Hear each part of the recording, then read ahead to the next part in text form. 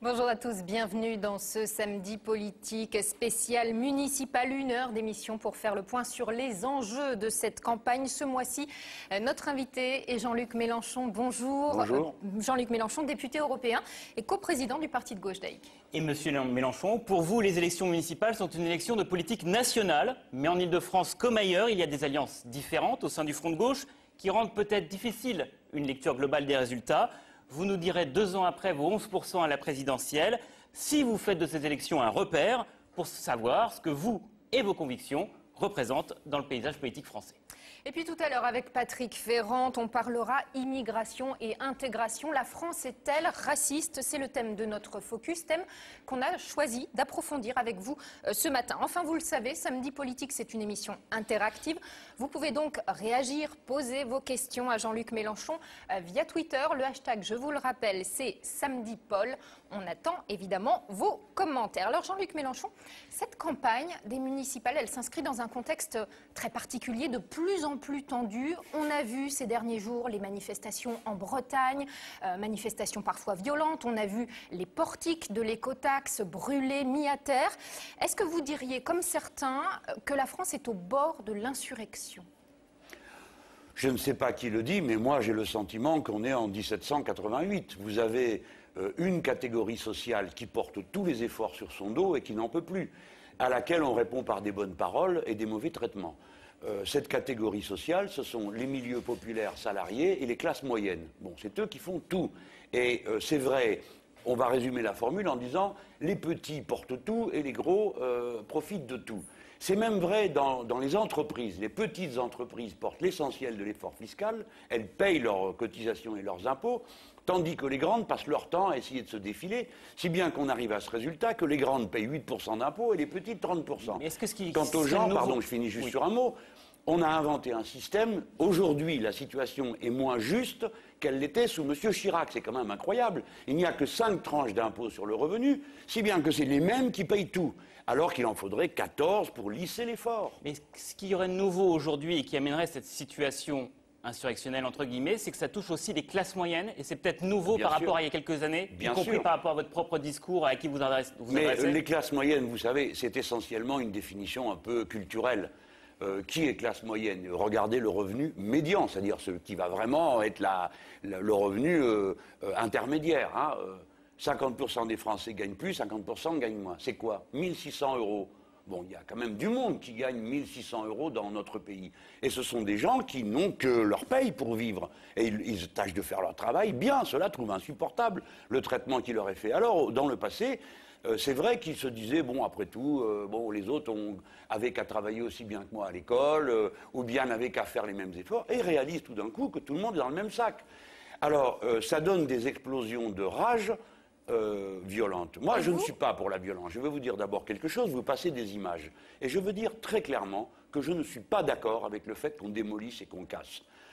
Là, évidemment, il s'agit de portiques d'une taxe injuste, mais ce n'est pas une raison. Je ne suis pas d'accord pour que la vie du pays devienne celle de la violence, des chocs, de l'incendie et ainsi de suite. D'un côté, vous défendiez l'amnistie sociale. Quelle différence vous faites entre l'amnistie sociale et la colère des Bretons qui s'est exprimée de cette manière-là? Alors, la colère de certains Bretons, car on va vite à ethniciser le conflit qui a lieu dans les départements bretons. Il y avait des Bretons à Carhaix, ils n'ont rien cassé, rien démoli et rien incendié. Mais quelle différence entre ceux qui ont détruit l'écotaxe et l'amnistie sociale? Parce que je ne vais pas faire de gradation dans ce qui est un délit, que ce soit un délit ouvrier ou un délit paysan, comme c'est le cas ici. Mais l'amnistie sociale concernait des gens à bout de nerfs qui défendaient leur emploi et qui ont commis des actes. Je demande qu'on regarde de près de quoi il s'agit. On a condamné un homme pour avoir lancé un œuf. On prétend qu'il a blessé 9 policiers. On a condamné une femme de la CGT parce qu'on l'a accusée d'avoir posé 10 000 post-it sur les murs. C'est-à-dire qu'il y a eu une répression sociale terrible. Elle a duré 5 ans, les années de Sarkozy. Il était normal qu'on attende au moment où il y avait un gouvernement de gauche, qu'on dise, bon, on arrête de criminaliser l'action sociale. Mais je voudrais vous faire remarquer que l'ouvrier Xavier Mathieu, 5 ans après, continue à être pourchassé pour avoir balayé ce qu'il y avait sur un bureau. Et que là, nous avons chez Continental, Xavier Mathieu. Oui, Continental, vous avez raison de le rappeler. Dans l'affaire Continental, où des gens, le dos au mur, qui avaient fait des sacrifices énormes, ont été trompés, on leur a fait travailler davantage pour être payés moins, puis un jour on leur a dit, mesdames, messieurs, au revoir, tout le monde dehors. Cet homme-là est pourchassé 5 ans après. Là, pas une contravention. Le gouvernement a dit qu'il y aurait des poursuites et qu'il y aurait des jugements. Bon, nous le verrons. Mais moi, je suis contre le fait qu'on casse, je le dis. Et lorsqu'il y a des moments de colère qui sont, en effet, qui peuvent déborder les gens parce qu'il s'agit de leur vie, je le comprends. À intervalles réguliers, il faut passer l'éponge. Mais on doit quand même dire qu'on n'est pas d'accord. Sinon, la vie du pays va vite se finir à coups de bâton. Alors, est-ce qu'il y aura de la violence à la marche que vous organisez le 1er décembre? Non, puisque ce n'est pas une marche violente que vous appelez, mais c'est une marche contre la hausse de la TVA début décembre. Vous pouvez nous en dire plus exactement déjà sur le lieu? Ça sera à Paris? Alors, la date? L'idée que j'ai lancée avec d'autres, hein, bon, on personnalise les choses et il y aura bientôt un... Mais c'est le 1er décembre. Le lieu, moi je propose, mais c'est à disposition, hein, je propose que ce soit Bercy. Parce que je trouve que Bercy, c'est une espèce d'énorme portique du MEDEF. Voilà, c'est l'architecture du bâtiment. Oui, vous voyez, ça rappelle un portique. Et en effet, Bercy est devenu le portique du MEDEF. Pourquoi? D'abord, je veux dire une chose. Il faut changer le système fiscal. Ça ne va pas, c'est pas possible que ce soit les mêmes qui portent tout. Donc il faut une révolution fiscale. Mais c'est un mot qui est porté par des gens extrêmement calmes. M. Piketty a ouvert un site sur ce sujet. C'est pour vous dire, le mot révolution ne doit pas effrayer. Mais oui, il faut un grand renversement de la règle. C'est un peu ça l'objectif que vous vous fixez avec cette manifestation. Vous disiez tout à l'heure 1788, c'est de récupérer ce mécontentement, de le canaliser pour éviter que ça explose. Je suis un démocrate et un républicain. Dans nos pays civilisés, développés, bon, quand on n'est pas d'accord, comment on règle les problèmes? En changeant la donne.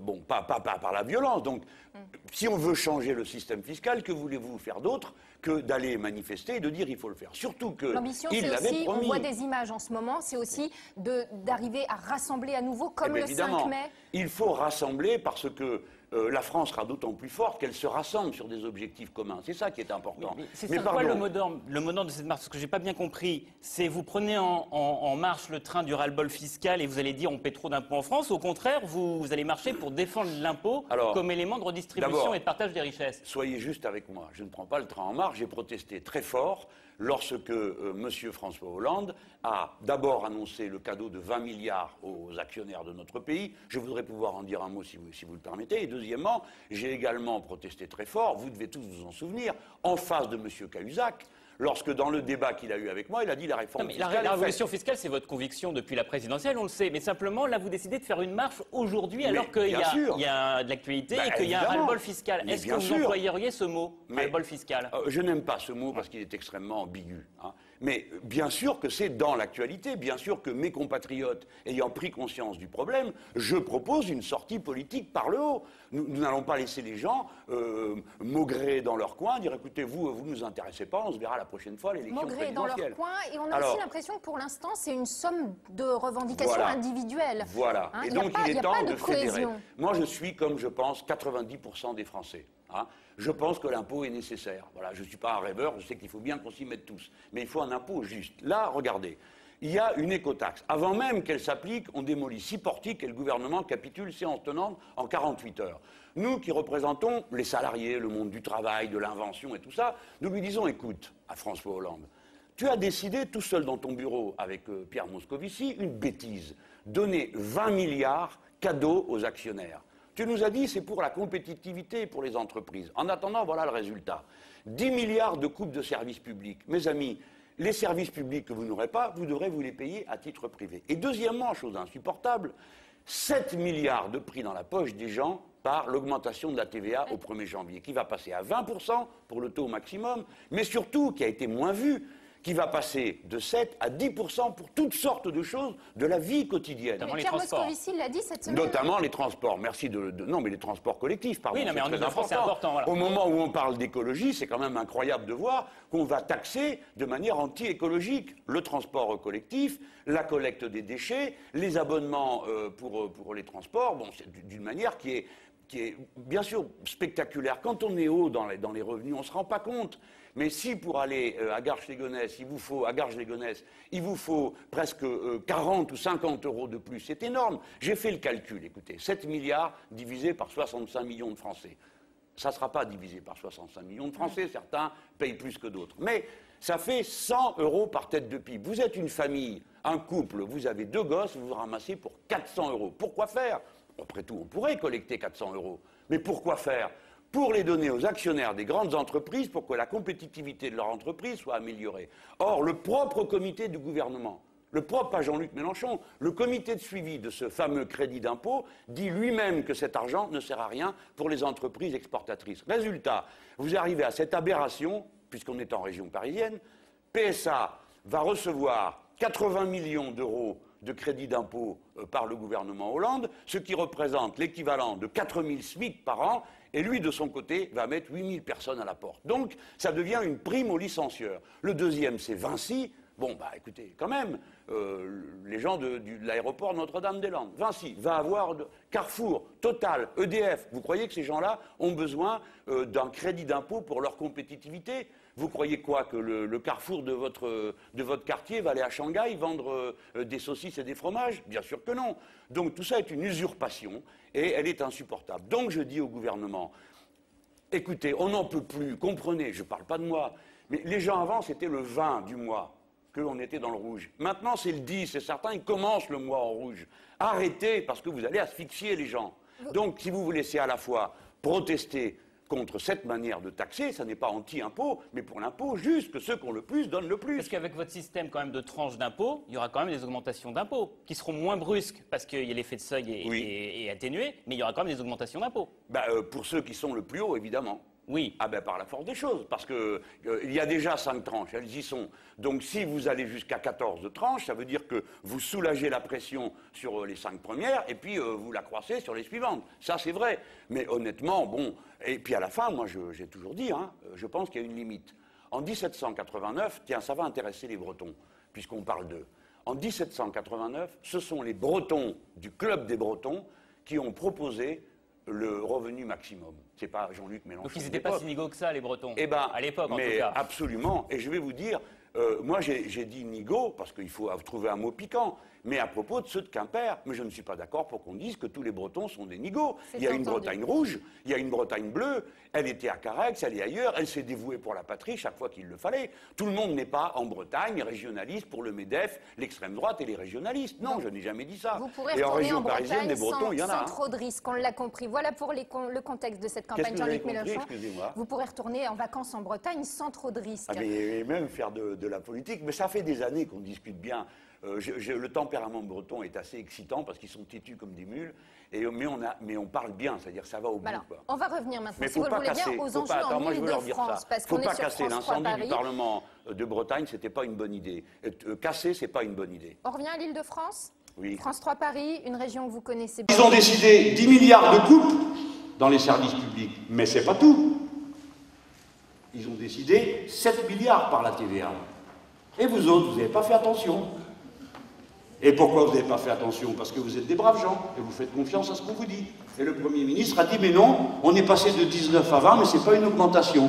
C'est une diminution, parce que Sarkozy l'avait prévu 21. Vous êtes là devant votre poste, et vous vous dites, mais qu'est-ce qu'il me dit?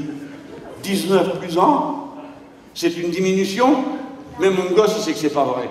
Pourtant, il vous l'a dit. Ce soir, ça vous fait rire, mais quand vous l'avez écouté à la télévision, vous rigolez pas. Ou vous avez rien compris, ce qui est le cas de la plupart des gens, ou ça vous met en colère, et tu dis, te fous de moi en plus. Oui, se fout de vous. Il va vous prendre 7 milliards. Vous savez ce que c'est 7 milliards? Vous divisez 7 milliards d'euros par 65 millions de Français. Et vous tombez sur 100 euros par tête de pipe. Un peu plus de 100 euros. Si bien que si vous êtes une famille avec 2 gosses, que j'aille pas vous dire de bêtises, parce que sinon il y en a un qui va aller me dénoncer, le journaliste du coin qui va dire « Ah, Mélenchon, il a dit de bêtises ». Alors voilà, 107 euros par an par Français, on a tout compté, même les gosses.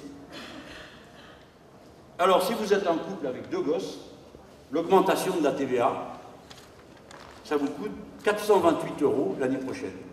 Vous êtes contents, les gens? Non. Et pourquoi faire, vous allez donner 428 euros? Pour que vos gosses soient mieux élevés? Pour que vous soyez mieux soignés? Pour que les anciens partent plus tôt à la retraite? Non! Vous allez donner 408 euros pour la compétitivité. Et oui, c'est-à-dire pour les dividendes des actionnaires. Alors quand je vous dis que le portique du MEDEF il est installé à Bercy, je l'ai prouvé, je crois.